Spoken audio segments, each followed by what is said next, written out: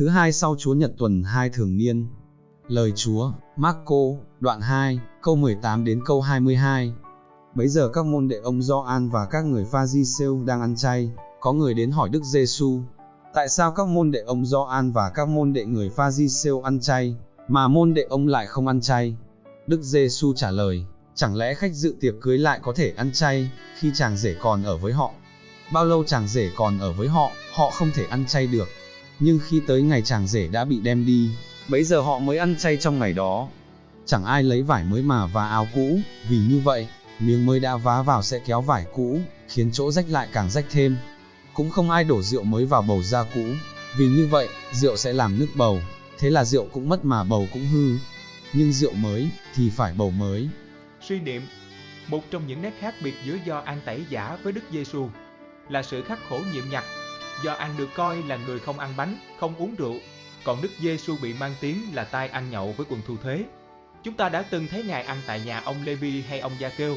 Các người Pha-ri-sêu cũng là những người thích ăn chay nhiều lần trong tuần. Dù Ngài ăn chay chính thức hàng năm của đạo Do Thái chỉ là ngày lễ xá tội.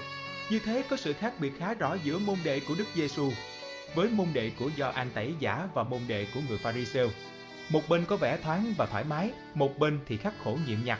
Tại sao môn đệ của ông lại không ăn chay? Có người đã dám hỏi thẳng Đức Giêsu như thế. Ngài đã trả lời bằng một cách dùng một hình ảnh dễ hiểu và đầy ý nghĩa. Vào thời Đức Giêsu tại Palestine cũng như tại nhiều vùng quê ngày nay, đám cưới là một biến cố mừng vui có tính làng xả. Chẳng thể nào hiểu được chuyện một người đi ăn cưới với khuôn mặt buồn của kẻ đang ăn chay. Chẳng lẽ khách dự tiệc cưới lại có thể ăn chay khi chàng rể còn ở với họ? Đức Giêsu tự ví mình với chàng rể, còn môn đệ là khách dự tiệc cưới. Bầu khí trong nhóm môn đệ của Ngài là bầu khí vui tươi của một lễ thành hôn, bởi lẽ thời đại thiên sai đã đến rồi. Đức Giêsu, đấng Messiah dân Israel mong đợi từ lâu, nay có mặt. Ngài là chàng rể kết duyên với cô dâu là dân tộc Israel của Ngài. Đức Giêsu đã làm trọn điều các ngôn sứ nói trong Cựu Ước về việc Thiên Chúa lập hôn ước với dân của người. Nhưng khi tới ngày chàng rể bị đem đi khỏi họ, bấy giờ họ mới ăn chay. Sau khi Đức Giêsu chịu cái chết dữ dằn, được phục sinh và lên trời, giáo hội bước vào một giai đoạn mới, giai đoạn chờ đợi Ngài Quang Lâm.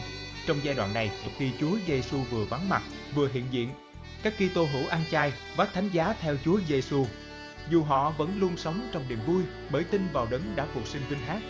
Cầu nguyện. Lạy Chúa Giêsu, các sách tin mừng chẳng khi nào nói Chúa cười, nhưng chúng con tin Chúa vẫn cười khi thấy các trẻ em cuống quýt bên Chúa. Chúa vẫn cười khi hồn nhiên ăn uống với các tội nhân. Chúa đã cố giấu nụ cười trước hai môn đệ Em-mau khi Chúa giả vờ muốn đi xa hơn nữa.